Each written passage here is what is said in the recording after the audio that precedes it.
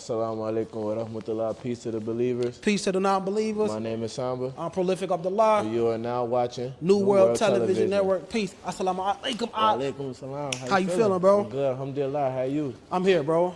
It's cold. A little I'm warmer here though. a Cold, a little warmer, but it's cold. Way warmer. It's way warmer. Way warmer than last I think time. The heat, whoever turned on the heat, God bless them. Circulating a little bit in here. Did y'all find Dame over there? Yeah, he over there shooting. He got a client over there shooting some grad pics over there. For real? Yeah. I think he gonna come over here too when he Yeah. done. But appreciate y'all for tapping in, y'all. Last week we talked about human purpose, and to be upon purpose is insinuating that you are standing in the correct way. Because in the word purpose, you hear the word pose.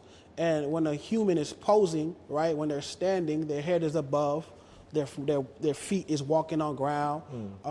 Their head, your mind represents the heavens, your feet represents the earth, and your mind is supposed to, just like the heavens has clouds, it gives down rain, your mind is supposed to nurture every part of your soul, every part of your body, and even nurtures the ground you're walking on, the things that you're attempting to build.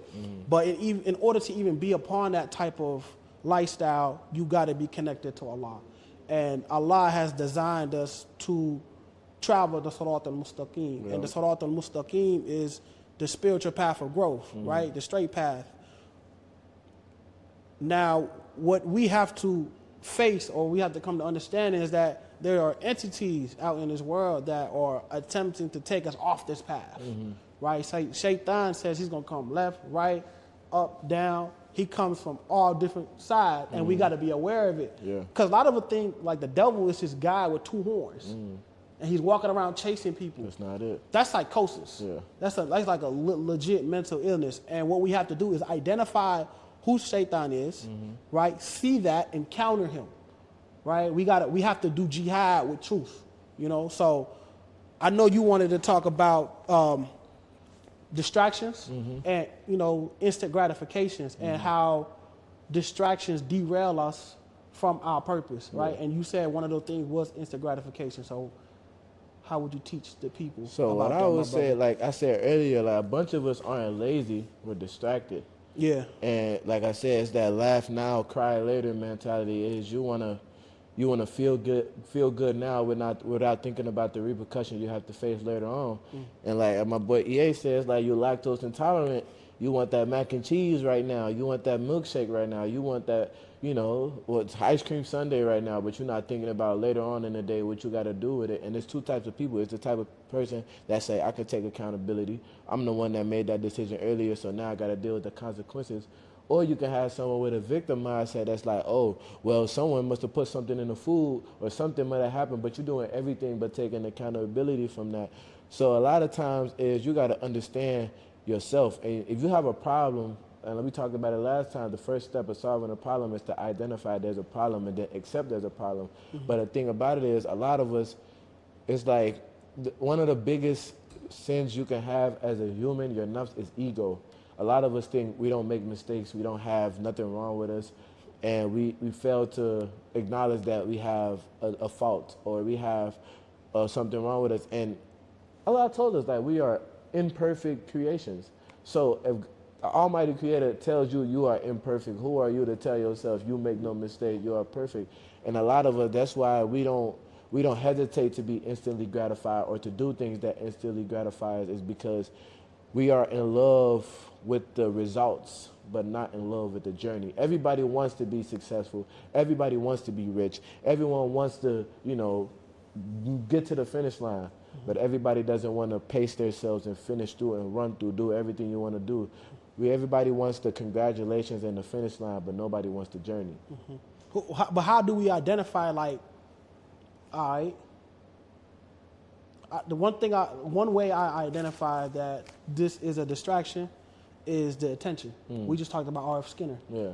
And there are entities out in this world where the currency isn't the dollar. Yeah. The currency isn't how much money you make in or how many people you influence. It's about how long can I hold your attention? How long can I keep you distracted, keep you derailed, so that you don't know your purpose? It's crazy. I just seen that. Hold on. I'm about to pull this up because I literally just saw it.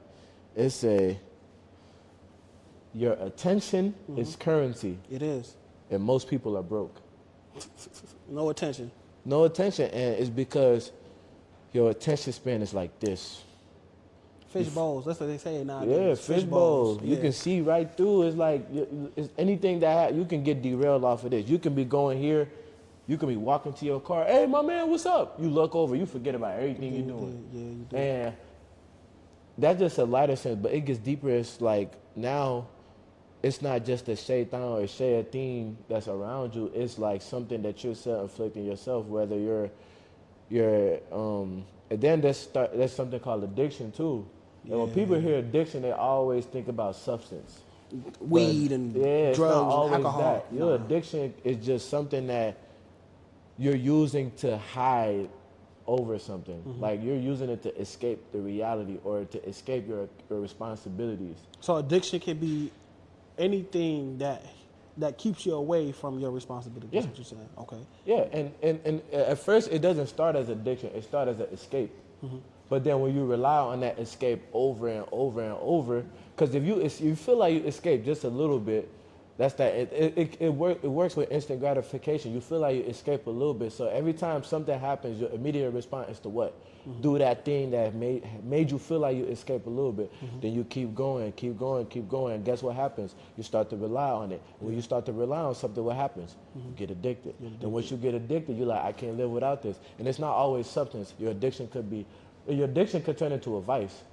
And your vice, it could be women, food. There's a lot of people that stress eat. Yeah, bro. When they stress, they eat. And they don't even eat the right things. They don't eat. They eat junk food. You eat like people stress eat. Some people smoke. Some people drink. Some people watch porn. Some people, they might do something else. Like I don't know. It's a lot. It's not just a specific thing that people do to escape. Some people chew T-shirts. Some people snap pencils. Some people eat their boogers and stuff.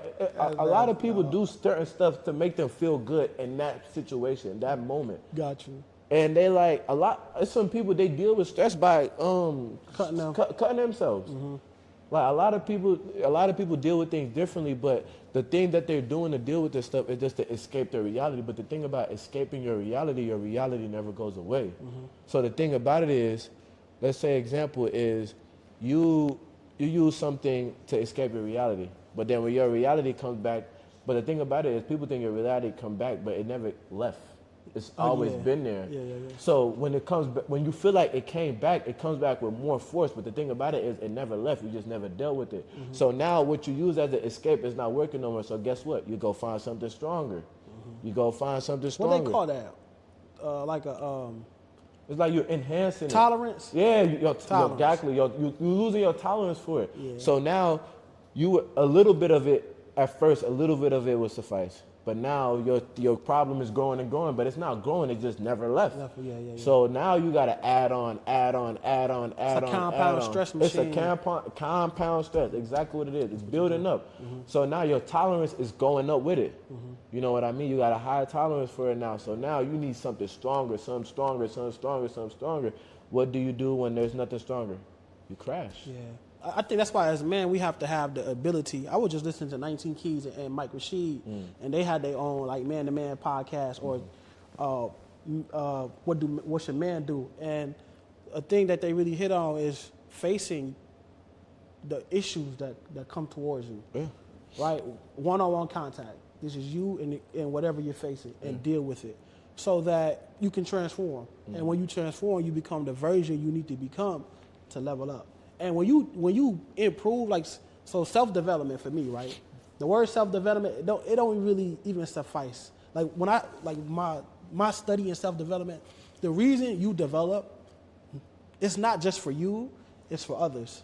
So I don't think the word I think we need to change that word to universal development. That's what I say. Like we are universally developing ourselves. Because one, we are the universe. That's something I always talk about, how we are a microcosmic version of the universe, right? And when we develop ourselves, it's so that we can go help out to reach other people. Yeah. When a star bursts, it creates planets, right? That means it creates oxygen, it creates an environment, it creates all these things. When we go away, like when our death goes away, all the stuff that we produce in this world is going to continue. Inshallah ta'ala. Yeah. Hopefully it's good fruit and everything. So self-development is, even in self-development, it like indicates almost like it's selfish. Yeah. Because when you think of self-development, you think about yourself. Yeah. But it's really universal development. And universal development is, again, it's about developing yourself so that you can help others and reach out to others. Because you're a tree too. A tree, it's like this. It's a canopy where you can grab it and grab it. Yep. And the tree represents heaven too, because you're eating off that knowledge, you're eating off that tree, and that tree, when you give it to the next person, they then, produce something else out of that. I really want to hit on like being able to identify these distractions, because Shaitan, again, it's not a guy that got two horns. Yeah. He's first of all, he's intelligent. He got a mind. Yeah. He has a thinking process. His thinking process is that he thinks that we are not qualified to be Khalifa. Right? We're not qualified to be responsible rulers, to be vicegerent in the Christian sense, in the scriptural sense. So he develops different distractions. And what a distraction is, like you said earlier, you have an intent to go to a specific place, to go into a specific destination. But there's a track, like a train track, that takes you off rail. Yeah. So you're no longer on the path to get to the destination. Now, what happens to a train when it's off rail? It falls. Yeah, so there's systems that we have to be aware of that makes us fall. And Satan is going to do anything and everything to make sure we don't realize our full potential. Yeah. And a way to do that is to, again, take away our currency, or our attention currency. Yeah. Let's talk about the status quo, because you talked about the vices being lust and drinking and smoking. And I told you that I wish when I was younger, an OG pulled me to the side, especially from a Muslim perspective, especially the Muslim brothers. Yeah. I wish somebody would have pulled me to the side, like, you shouldn't be chasing that woman. That is a trick. That is a trap that Satan is setting. It looks good. Or what you said earlier, laugh now, cry later type deal. But I wish somebody taught us to keep our chase. Yeah. To keep our, like those things that look cool, it's actually a backwards mentality. And we talked about changing the status quo. And the thing is, like, even in the African community, I can't really speak for everybody, but what I've seen is that the older people, they would do that, but how they would do it is they would do it by instilling fear in us. Yeah. They'll tell us, oh, if you do this, you're going to hell. You don't do this, you're going to hell. And then is the the age group below that, that our older brothers that's supposed to tell us, they'll be like, nah, bro, come on, bro. You ain't, like I said earlier, bro, when I was in school, they was telling me, bro, little bro, you don't get no hoes, bro. Little bro, you still a virgin. Like, it's them the people that's supposed to be telling us, come on, dog, like, the people that's supposed to be setting us on track were the people that were kind of like dangling in our face and telling us to jump to grab it. And then the older folks were instilling fear into us. And we all know what fear does. When you instill fear in someone, you create a rebellion. Yeah, you do. You create rebellion. You don't want to instill fear. You want to, like, not really like we were talking about like the fear a lot. It's not really a fear, but it's knowing that it's there. It's the, having respect for it, like regard for it. Yeah, like you can't teach me with fear, because now if you tell me I can't do something, what I'm gonna want to do? I'm gonna want to do it. Yeah. So it's like you can't tell me, oh, if you do this, you do that, you're gonna go to hell. Because now I'm living in fear. I don't want to stop doing this because I want to, or I know why I'm not doing it because you're telling me not to. But when you're not there to tell me not to do it, guess what? I'm gonna do it. So not to cut your wisdom here, but what we really want to say to the youth, especially to our Muslim youth, is to be aware of, especially being in an environment where it doesn't really respect the things that we respect. Yeah. It goes against our values. It goes against our principles. It goes against our morality. I'm here to tell you to protect your chase. Protect your neck. Protect your neck. Protect your intellect. protect your chase and value your chase, because when we look at societies fall when we continue to chase our woman, right? In reality, we're supposed to be protecting our woman, providing for our woman. And any man or any individual is telling you that you're not supposed to do that, subhanAllah, run away from them. Yep. Allah says in Surah Nisa, men are caretakers and protectors for the woman. Anything that goes against that, and this is not my opinion, this is the laws of Allah, this is the amr of Allah, this is the command of Allah. So abide by that. And if you're around people that's telling you opposite, bro, run away. I know it's not easy because those are people you hang with. Those are the people you're always around. You have love for them. It looks good, but I'm telling you, you're going to hell. Not in like the afterlife, but you're gonna deal with a lot of issues that you wish that somebody would have gave you guidance in the beginning for the first one. I ain't gonna lie. You know, I feel like every single thing we talk about always ties into each other. Because earlier when you were right there, what you said, what topic I was talking about, you wanted to harp on? Nature versus nurture. And what you just said right now ties into that when you were talking about, I know they're your friend, that's what you're around, people telling you it is. So the difference between nature and nurture, your nature is your biological stuff, like the stuff you're born with, your family values. You know, like for example, you born in an African household. So the conditions, so basically. the conditions that you have no control over, you're in it. Like for me, I'm born in a Senegalese household, immigrant parents. You know what I mean? The food we eat, the clothes we wear, the fragrances in the house, what we watch on TV. That's the stuff as a kid I can't control none of that. I'm in like the language we speak in my house. We speak Wolof. Got you. So when I grow up in my condition, as my nature, I'm going to speak Wolof. Right. That's my nature. That's what I'm around. Your nurture is when you go to school, you can have someone from Africa, someone from Spain, someone from Turkey, someone from France, someone from Venezuela, and y'all all in the same class. And guess what happens? Y'all, it's like a culture potluck. Everyone brings bits and pieces from their nature into one room. And that room is, if you come to, I speak English, you don't. You come to the class and I tell you a cuss word in English and I tell you this is a greeting. You're gonna go home. Fuck it. Exactly, you know what I mean? So now, your nature is what you learn at home, the garden, the home ground. Your nurture is when you leave home, what you are learning. The thing about it is we live in a society where your parents work 8 hours a day. Yeah. Right? Yeah. You go to school for 8 hours a day. Right? So if your parents are working 8 hours, you're going to school for 8 hours. That's 16 hours that you and your parents are not together. Yeah. Right? So you're 8 hours, you're learning from school. 8 hours while your parents are at work. What are you learning from? TikTok, YouTube, Instagram, Facebook, social media, right? Then the other 8 hours, what are you doing? You're sleeping.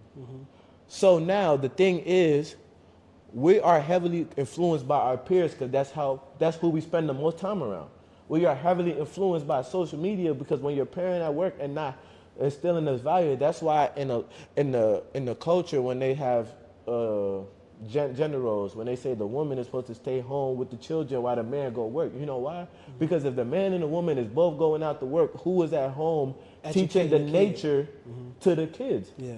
So the thing is, that's why we blame these kids. We like these kids don't have no education. That's true. Yeah. Because their only education is at school, but at school they're not just learning the curriculum. Yeah. They're learning from their peers. Yeah. People that don't even have the same values. They don't have exactly. So you're talking about the values. The thing about it is we're learning from people that don't have the same values as us. And if we're not learning anything else, we're taking what we're learning here as law. Yeah. And that's why I was saying nowadays, back in the day, the psychologists will argue that nature was stronger than nurture. But now I'm not a psychologist, but based on my observation, it's hard to agree with that because a bunch of these kids, they're learning from nurture. From society. Society as a whole. I seen this video, there was like, it takes a village to raise a child. The dude said, well, what if the village is retarded? All the villages retarded. What if the village retarded? It's because the village that's raising your child doesn't have the same values that the biological family has. Yeah, I think we've allowed different entities, again, government entities, to infiltrate the family destruct the family, to disorganize the family. Help me out here. There's a hadith from Sallallahu Alaihi Wasallam that Shaitan, he sent out all his jinn to make someone do something that is uncommand from God. One of them made somebody do zina. One of them made somebody do something else. Sounds familiar. He made them do two different things. I don't know if it was zina particularly. Excuse my language. Take that back. But the jinn made them do two jinns went out to do something to the human to go against God's command. Shaitan was like, you ain't doing enough. But the third jinn came, was like, yo, I got this and this family to separate. He was like, you come here. When we see the systems of America, I heard that. Their infrastructure is built to separate the family. Yep. We don't even sit down. Like what I love about African culture, they sit down and they eat together. Everybody together. Yep. In America, it's not like that. And On plate. It's understandable, again, because he's working, she's working, you at school, but it's literally designed for that so that we don't communicate. Now, as a father, I have less power to control the vision or where we're going, you know? So that's why we have to, when it comes to the nurture, we have to, or to the nature, we have to make sure we input the values and make sure they're strong. We can't just do it, because I don't like following culture. I don't like following culture when it's goes against the grain. When we see there's a problem here and you're not doing nothing to solve this problem, I think we need to sit back, think, be aware that our kids, I think our parents were not aware of what they were throwing us into. Alhamdulillah, we here to understand that. So when we have our own kids, inshallah ta'ala, we have awareness of, okay, when we do send them to this school, this is the environment they're going to be in. Or we can even make the decision to make sure they go into schools that value what we value, right? Or if we don't, we got to make sure we instill values with them at home deliberately so that when they go to school, they can be able to recognize, like, that's shaitan, that's godly. You kind of in the middle, you confused. They have to have the ability to discern. If we don't have the ability, if our kids don't have the ability to discern what's right and what's wrong, they then will bring anything and everything to the home and corrupt the home like that. And I feel like some of our parents actually tried, but it's just that, like, for example, my parents, they sent us to weekend Quran schools. So Monday through Friday, we'll go to school. Then Saturday, Sunday, we go to weekend Quran school. The only problem was, like I said, the old people at the Quran school that taught us to fear. So it's like, you're teaching us the right stuff, but you're teaching me through fear. So now I'm rebellious. So now I'm not really learning the significance of why I'm doing this. You're not really telling me why I should pray. You're just telling me if I don't pray, I'm going to go to hell. You're not telling me why I should read the Quran. You're just telling me if I don't, I'm going to go to hell. You're not telling me why I should eat with my right hand. You're not telling me why I should say salam. You're just telling me if I don't do it, I'm going to go to hell. So it's just now in my mind, it's like, if you're not there to tell me do this or you're going to hell, it's easy for me to stay off course and be distracted and not do that because you were trying to teach me through fear and not trying to teach me through regard. And I feel like that's the problem, is that with the nature, the stuff that we're learning bad, nobody is forcing you to do it. People are, and the biggest tactic that Shaitan uses is peer pressure. Is I'm about to go do this, but if you're not man enough, if you too weak, you ain't got to do it. Like they're using that reverse psychology and manipulating you. Bro. They're not forcing you to do it. They're telling you, hey, we finna go rob this bank, but you ain't got to do it if you scared. You can go. And now your ego, Shaitan telling you, I know you ain't finna be scared and back out, but I know you ain't finna. So guess what you do? You go with them and do whatever and you know it's against your values, but it's the illusion of not wanting to be left out, the illusion of wanting to belong. And that's the problem, is like. So we got to build a proper community. And the thing is, we kind of fell in our community, but we got people, parents as immigrants, they don't even speak the native language.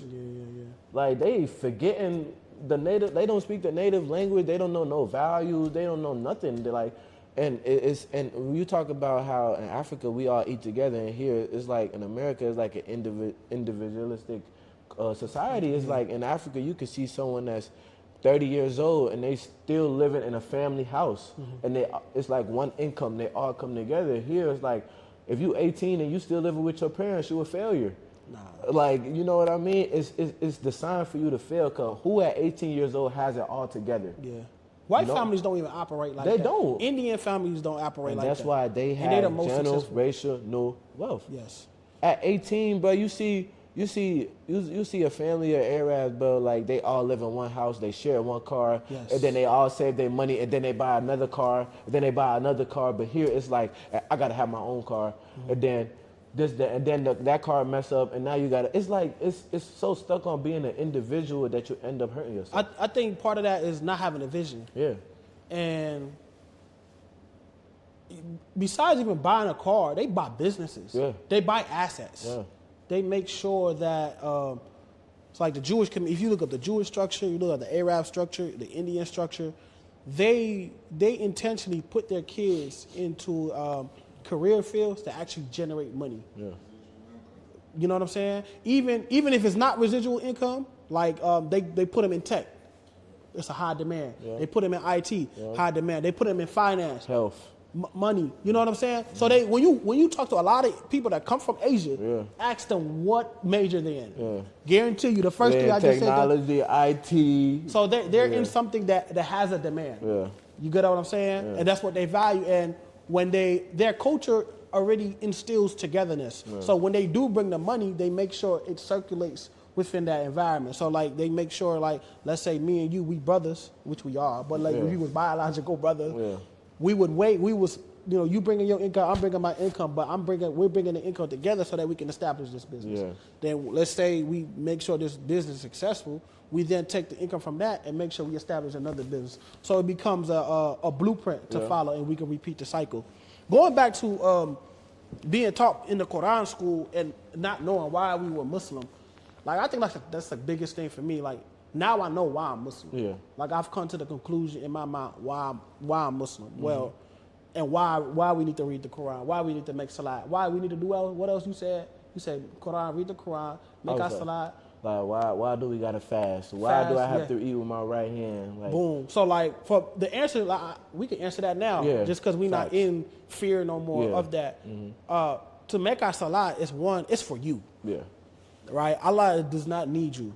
Right? But when you worship Allah, what you do is you're connected with Him. Mm-hmm. And when you're connected to the source, when you're connected to Allah, you're connected to the Sirat al-Mustaqim. Mm-hmm. Right? We want to be connected onto the straight path. The reason we read the Quran is so that, again, our minds want to connect with Allah's will, because that's God's commands is in the Quran. And we know right now in psychology that the more you repeat something, the more you'll be heavily influenced. Yeah. So why not be influenced by the will of God, Allah? Mm-hmm. That's the spirit. That's the attitude we want to develop in our hearts and inside of our minds. Mm-hmm. So to read the Quran, to eat from the Quran, it's not just to follow commands, but it's to integrate that aura that we always talk about, that spirit, that garden, and to cultivate yourself. Yeah. Right? And the thing is, to even make your salat, you need to know the Quran. Yeah. And the Quran, it's public education. Yeah. Because there's a portion of it we say out loud, especially in a Jummah. Yeah. Right? So it educates the common human being on how to live upright. And eating with the right hand, that's just proper etiquette. Yeah. Eating with your right hand is proper etiquette. The left hand, we use the bathroom with our left hand. Yeah.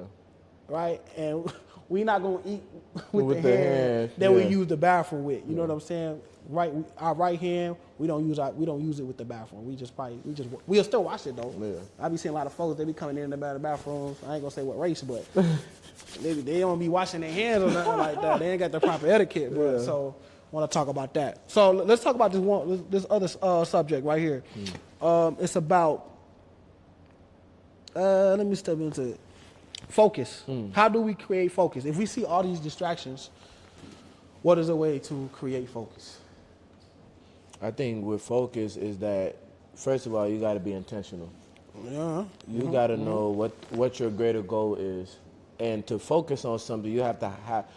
This is the recipe for me. Okay. To focus on something is you gotta think of something that's far, right? So let's say that mirror right there. I'm looking at that mirror. Okay, that's what I'm focused on. I look at the mirror. Mm-hmm. Now, what do I have to do to get to that mirror? Yeah. What obstacles is going to be on my way to get to that mirror? What roadblocks? What holdbacks is going to take for me to get to that mirror? So for you to just focus and look at the mirror, now this is where you can make a mistake.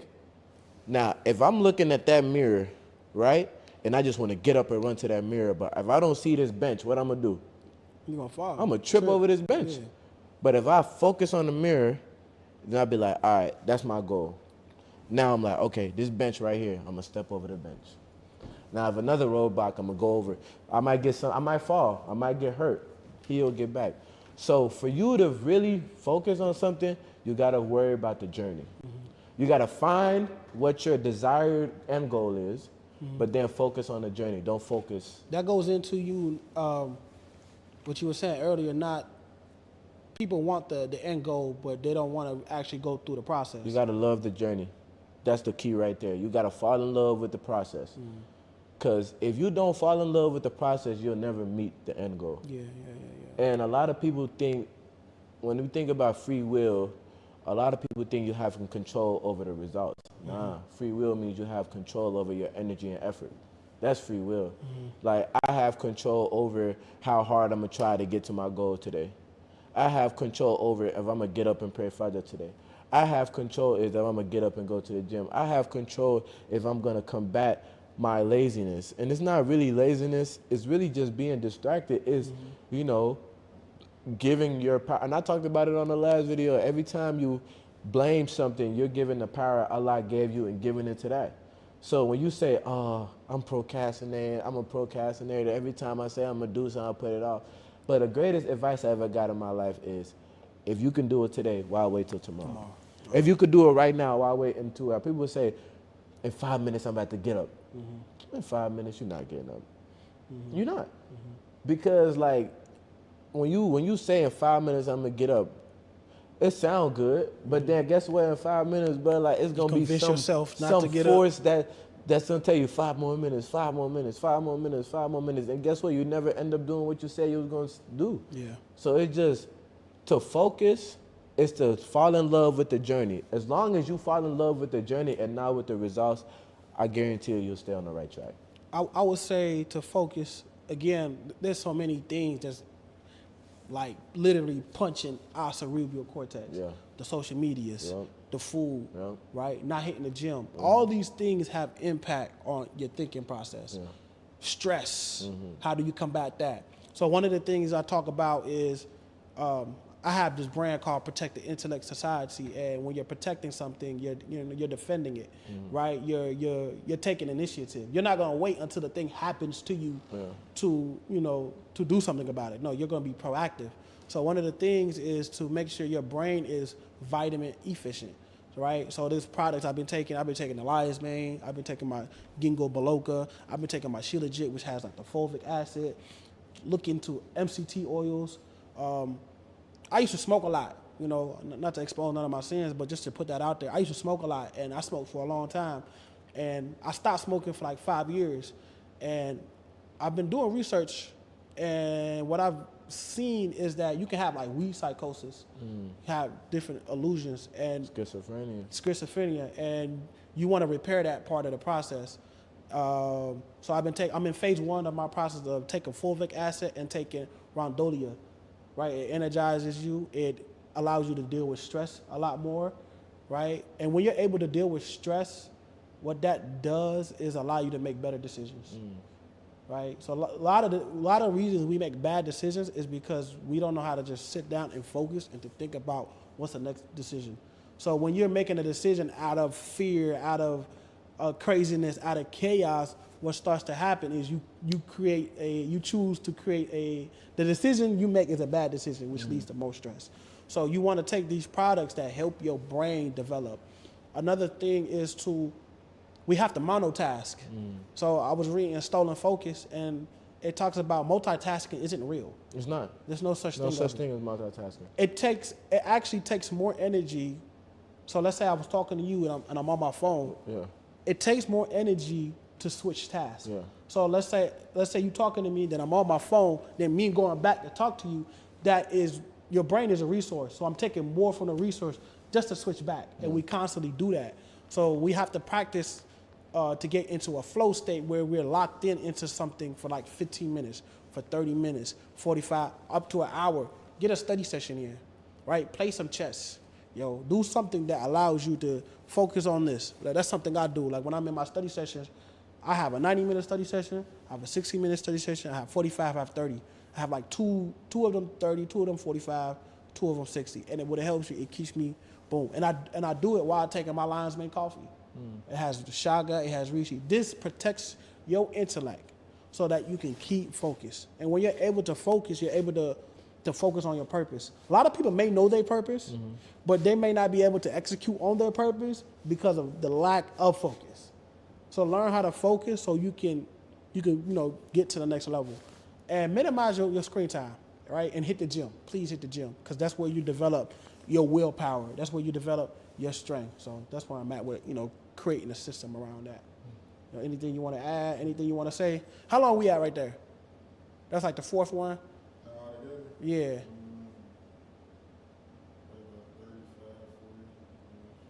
35, 40. I do want to touch on something you said earlier when you were talking about development. It made me think about a baby. Like when when I think of development is unforced. For example, if you put a baby on this couch and you sit it up right, and the baby like hasn't developed the ability to sit up yet, what's gonna happen to the baby? It's gonna fall over. It's like you stand a baby up and they're not physically developed to stand up, they're gonna fall. Like you can train a baby to crawl, you can try to show them how to crawl, but when it's not time for a baby to crawl, they're not gonna crawl. So it just shows that like, and that just human nature, development is unforced. Like you can do the work to develop, but you can't control the results. Like, so you gotta fall in love with the process. It all goes back to falling in love with the process. Like development is you fall in love with the process, whether you know you're gonna succeed or not. So you go into it, you like, I may fail, I may succeed, but I'm gonna die trying. And that's it. Like, and when you said development, it all ties together. It's all about just focusing on the journey, staying tagged to the journey. And you talked about focus too. I see when you're talking about your study session is 45 minutes, hour and all that. But I was talking to a coach and he was like, you noticed something about basketball with defense. And I was like, what? He said, if you move the ball around for 30 seconds, the defense is going to break apart. Because who wants to sit there and chase a ball for 30 seconds? Attention span is not that much for someone. If you move the ball around for 30 seconds, you're going to score every single time. Or you're going to have a chance to score every single time. But the thing is, if you're moving off impulse and panic, where you're just going up and down, up and down, up and down, you're gassing yourself out, where you're just throwing up any single shot you get because you're so gassed from running back and forth. But when you take your time and be strategic and dissect the situation, you're going to succeed. But a lot of us, we're moving in panic mode, that flight or flight. We're making decisions off an impulse. We just panicking and running around. And what happens when you panicking and running around? When it's a big room of people and they panicking and running, what's going to happen? A stampede. People are going to die. People are going to get hurt. But when everyone remains calm and focuses and panics and does not panic, things move smoothly. Indeed. And I feel like as a society, we're at a panic. And that's why things are how they are right now. People are panicking. Parents are panicking. Children are panicking. Everyone is panicking. State of chaos. And the thing about it is, the reason why we're panicking, and I hate to say this, but the real reality is a lot of us panic because our faith in Allah is not complete. That's what I was about to say too. Our faith is not complete.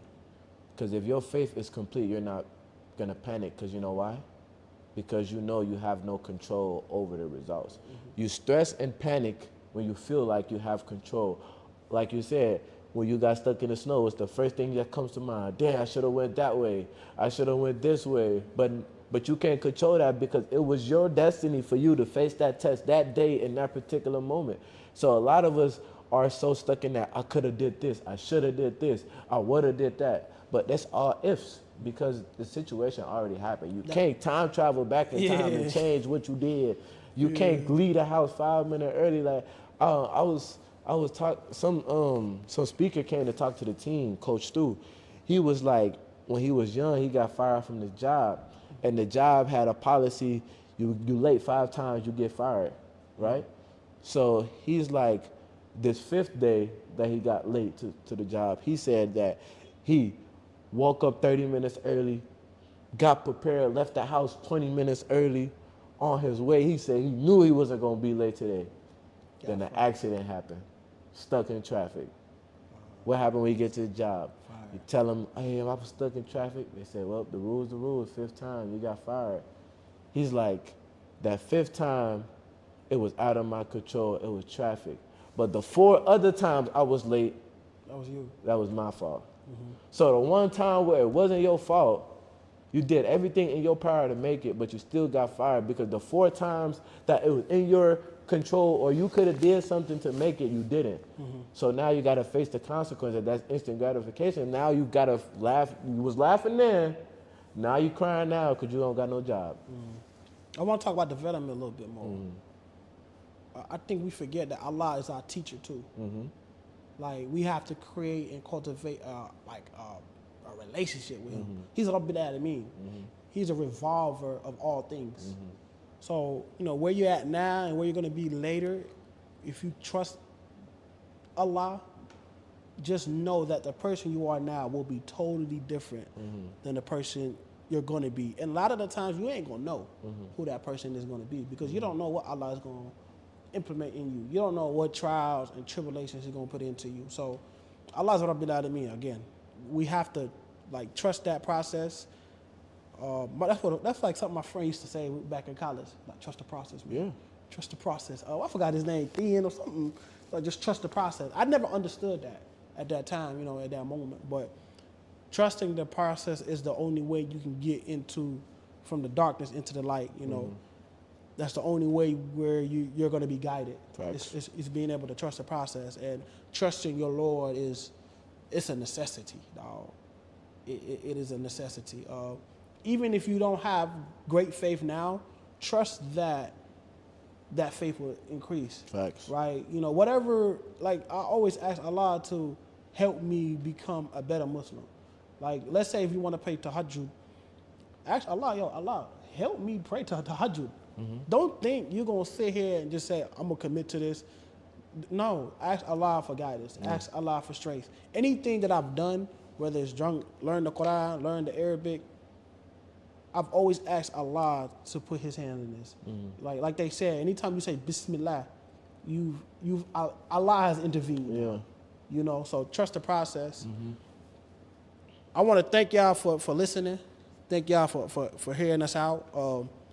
New World Television, man. We're going to continue to expand ourselves. We're going to continue to widen the subjects that we talk about, and that requires growth. One thing I've learned about just doing this, podcasting, is that it requires me to grow. So I make sure, whatever I tell y'all, that I study what I talk about and learn about what I talk about, so I can give a nuance to the understanding, and I advise other people to do the same thing because that's the only way we can grow. That's the only way the network can grow is through whatever you're limited of. That's how far we're gonna grow. And you're only strong as your weakest link, right? So if you are the weakest link, expand that. I love competition, but not competition in the sense where we're tearing each other down, but we're building